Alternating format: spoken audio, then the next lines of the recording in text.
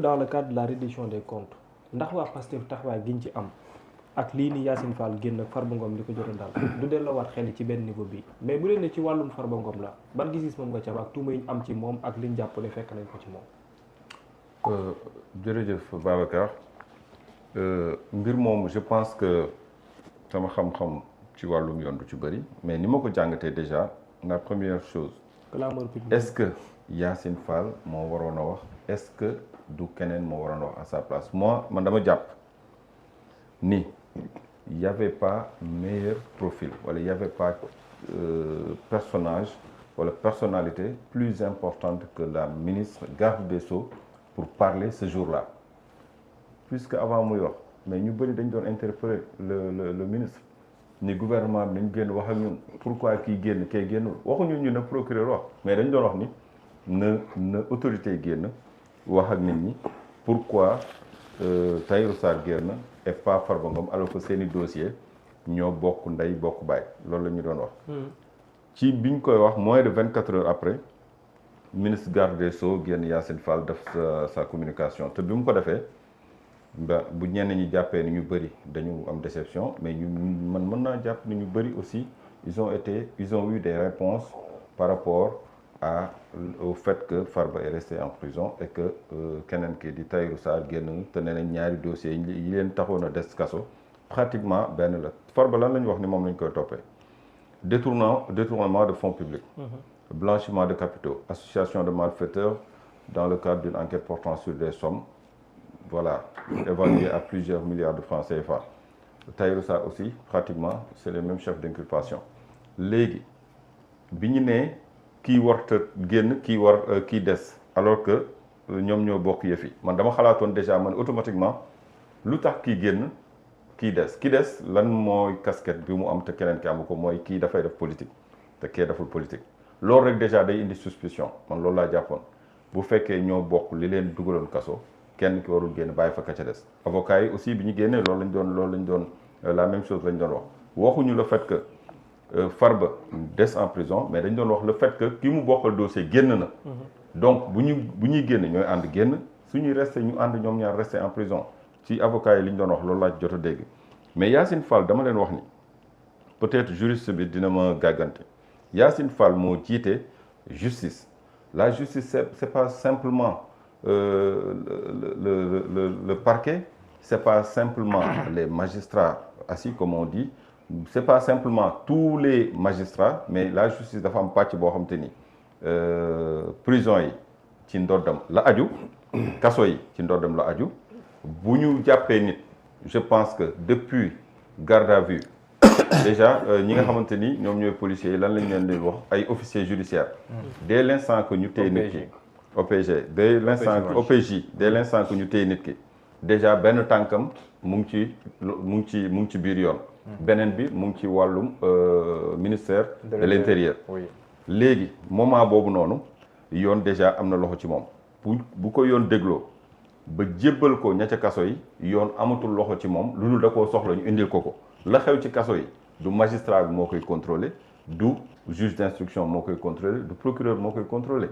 administration pénitentiaire ñoom ñoo gérer lépp luy habitat carcéral ñoom ñoo koy contrôler ñoom ñëpp boo leen boolee benn kilifa la ñu am parquet bi moom miy mettre des poursuites ak ki nga xamante ni moom la ñu dénk le détenu benn kilifa la ñu am muy Yacine Fall nee naa la parquet nee naa la prison ña fa nekk ay administration pénitentiaire c'est des hommes de tenue man mosuma fekkee fu ñuy defee conférence de presse di wax la xew ca prison yi def nañu rapport jox nañ ko seen kilifa mu di Yacine Fall moo ko war a jox procureur diggante boobu noonu enquête bi dooragul Yacine Fall képp moo war a génn wax ak askan wi le pourquoi Farba est resté en prison moom képp moo mënoon génn wax ñu pourquoi parce que poursuite amagul kon procureur mënagul génn di wax nee nañ procureur nee na bala mu ko poursuivre foog ñu lever immunité parlementaire am kon poursuivre gul ci diggante bi dafa am lu fi xew te njaboot boobu yëpp kenn moo leen njaboote mooy le ministre garde des Sceaux moo jiite prison yi jiite ñi nga xamante ni moom mooy le parquet ou du moins am na ci njiit am na ci kilifteef ndax mën na leen sant mën na leen jox ay instructions n'est-ce pas léegi bu Yacine Fall génnul moment boobu kan moo war a mën a génn bi ñu waxee ni Ousmane Sonko parce que man déjà débat bi gisuma fi woon sax place Ousmane Sonko mais dès l'instant que dugal nañ ko ci allons-y bi ñu waxee ni Ousmane Sonko dafa nekk grève de faim ministre garde des Sceaux moo génn ni ñu grève de faim bi dakkal na ko ndax ndekki na kan moo mënoon am information ni ndekki na wala ndekkiwul ku dul garde des Sceaux garde des Sceaux moo mën a am sañ-sañ xam la ci biir kaso bi moom moo génn taxaw primature ni ñu grève de la faim bi dakkal na ko ndax ndekki na am naa information yu wér ni ndekki na mais bi mu waxee loolu mais ñu bëri gisuñu ci lu jubadi parce que moom moo ñu mën a jox information bi moom képp moo ñu ko mën a jox mais léegi Yacine Fall li mu wax ni moo tax Farba des prison ak la ñu gis ci moom mu di yeneen infraction yoo xamante ni poursuite sax amagul muy jéggal ñu ko mais loolu dala na xelu ñu bëri ci lu tax Farba génnagul léegi nag la mu def kan moo ko war a atte du Yacine Fall moo koy atte yoon la koy jox yoon procureur déjà wane na disponibilité am ni tant que levé wuñu immunité am mënuma ko poursuivre bu demee nag ba koy poursuivre procureur moom di poursuivre nekkul ni moom mooy atte dafay poursuivre mais bu ñu demee attekat bi le magistrat assis le juge moom mooy tranché en fonction des textes est-ce que li ñu jàpp lan la texte yi prévoir maximum minimum ci diggante bi moom mooy xool infraction bi degré bu mu toll mu xool lan lay atte foofu te moom mi atte nekkul ni lu mu atte rek c'est fini bu attee kii ñu atte am na droit layoowaat ca kaw wax ne ni ñu ma atte doyuma jalgati nañ yoon yi dem appel dem cour suprême et cetera et cetera donc bu dee wàllum yoon man dama jàpp ne soit la justice elle est libre et indépendante soit elle ne l'est pas bu fekkee nag jàpp nañ ni nous avons une justice qui est un pouvoir séparé qui est un pouvoir voilà totalement indépendant nañu bàyyi kon justice mu def liggéeyam pour le cas Farba Ngom mënuma ko jël bu ko def cas bàyyi fi yeneen prison ña fa tëdd man nee naa la du ma yéene kaso même à mon pire ennemi ña fa tëdd ku ci def man dama jàpp ni li nga def dañ la war a gaaw atte bu ñu lay daan ñu daan la te li procureur Ndoye waxoon dama cee am yaakaar parce que bi muy wax ni dañ ko jébbal ay dossier lépp ci reddition des comptes li mu ñu waxoon moo di li am solo pour moom dañu woon nekkul jël nit ñi di leen tëj ci kaso bi mais li am solo pour moom dafa waxoon ni moo di fexe ba les avoirs mu récupérer ko léegi yow bu fekkee dañ lay jiiñ wàllum jël nga jëloo rapport yi la épinglé ça s'est passé bien avant l'avènement du Pastef au pouvoir ñoom ñoo ko instruire mais bañ lay épinglé rapport yi la épinglé CENTIF rapport yooyu du rapport 2024 c'est bien avant ñii ñëw instruire tous les rapports corps de contrôle nag bu defee rapport du pour ñu def ko ci mbalit mi du pour ñu teg dañ ko def parce que état la ñuy liggéeyal dañ ko def pour rapport yooyu am ay suite yu favorable ñu jaarale ko fi mu war a jaar dañuy on parle de deniers publics xaalis boobu noonu ku mu ci mën di doon yaa xam Farba nga tudd yaa xam Birama Camara nga tudd ku mu ci mën di doon bu dee da nga jël loo moom ñu jox la possibilité nga cautionner génn dem sa kër avant ñu lay atte mais loolu man dama jàpp ni c'est une avancée majeure Mansour Faye dañ ko fi téye di ko jiiñ xaalis bu bëri ñu xëy suba ay contestation am Mansour Faye génn ñibbi këram ñëpp tàccu applaudir justice ni justice bi ñu am mu ngi def liggéeyam normalement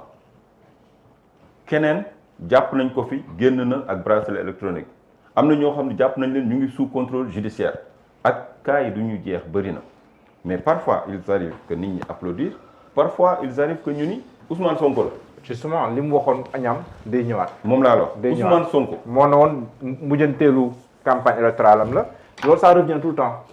même ses avocats dañ koy wax. ses avocats dañ koy wax kon ça veut dire que la justice c'est Sonko la justice. si c'est Sonko la justice kon képp ku ñu bàyyi nañu gërëm Sonko ni Sonko moo ko bàyyi mais tey justice du bàyyi nit ñu ni justice mu ngi def liggéeyam la justice elle est debout. suba ñu téye nit ñu ni Sonko moo ko téyelu benn justice bi la même magistrat ñoo fi nekk ba ñuy jàng Sonko nekkul ci pouvoir ba ñuy am seen diplôme Sonko nekkul ci pouvoir amaana sax ñenn ñi moom ñoo jaarandoo ENA ñoo génnandoo ENA léegi même justice boobu ñoo jàng am seen i lijaasa ba dem di àtte Sonko yëgul Sonko tinul seen i privilège mënu leen ko xañ nan la Sonko di waxee benn wax rek ñu ni wax bi Sonko wax c'est comme la charia wala c'est comme le Coran wala la Bible mënta ne cadre bi mu ko doon waxee cadre politique la cadre politique boobu dégg nañ fi lu ne ñu waxee ko ci biir ay siège u parti politique te bañ ko fa waxee dañoo jàpp ni c'est des acteurs politiques qui parlent jotewul ak la nga xamante ni moom la juge yi di décider léegi nag bu dee juge bi dafa bu dee procédure judiciaire am na ku ko wax léegi dafa am ay créneaux yu mu war a jaar parfois gis nañ ci ay défaillances gis nañ ci ay lenteur daan ya nga cay teg ça m'importe peu li ma ci amal solo mooy na xaalis bi dellu si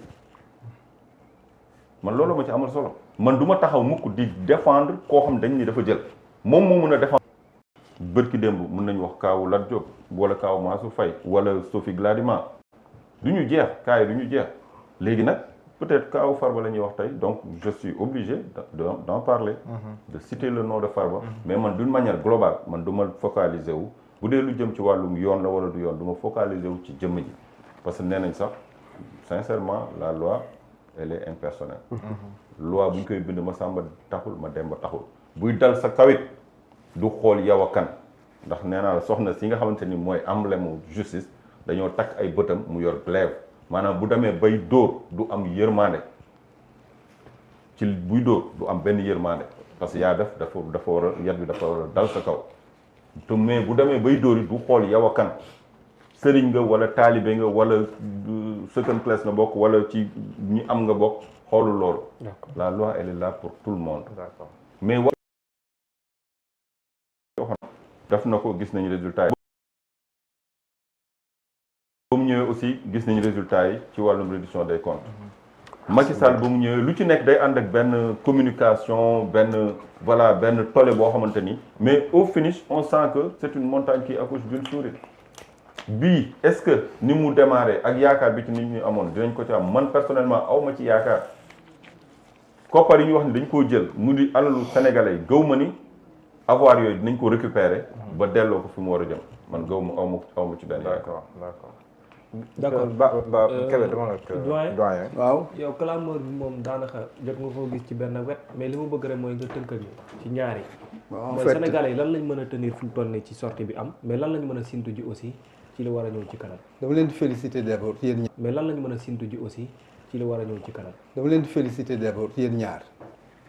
d'avoir commencé par le commencement c'est-à-dire remettre faral di wax ni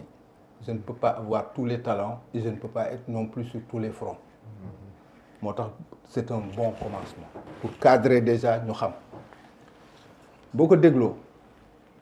da ngay wax en français ordinaire il y a à boire et à manger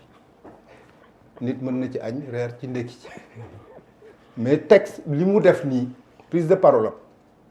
day niroog supermarché lu waay lu intéressé waay rek lu fay génne ça pose la question de la sélectivité de la mémoire lu la intéressé rek ngay génne alors que le texte est vaste et englobant mais effectivement ku génne itam li nga bëgg génne dañ la koy nangul pour dire simplement que ni question bi ak prise de parole yëpp yi am dafa poser la question cruciale bi nga xam ni nekk dafa delloowaat pouvoir bi ci préalable yi moo di on a suscité des assises de la justice le résultat des courses moo di tey jii bu ma neexoon damay introduire comme Chirac paraphraser Chirac une fois parlant de démocratie en Afrique beaucoup en rond dans ce pays moo indi effectivement ces lenteurs et ces parle et accuse la justice il est arrivé que je le dise dans une de mes prises de parole il faudrait qu'on se batte pour ne pas dire que le pouvoir fasse un impératif réellement ñu solaat justice Sénégal mbubbam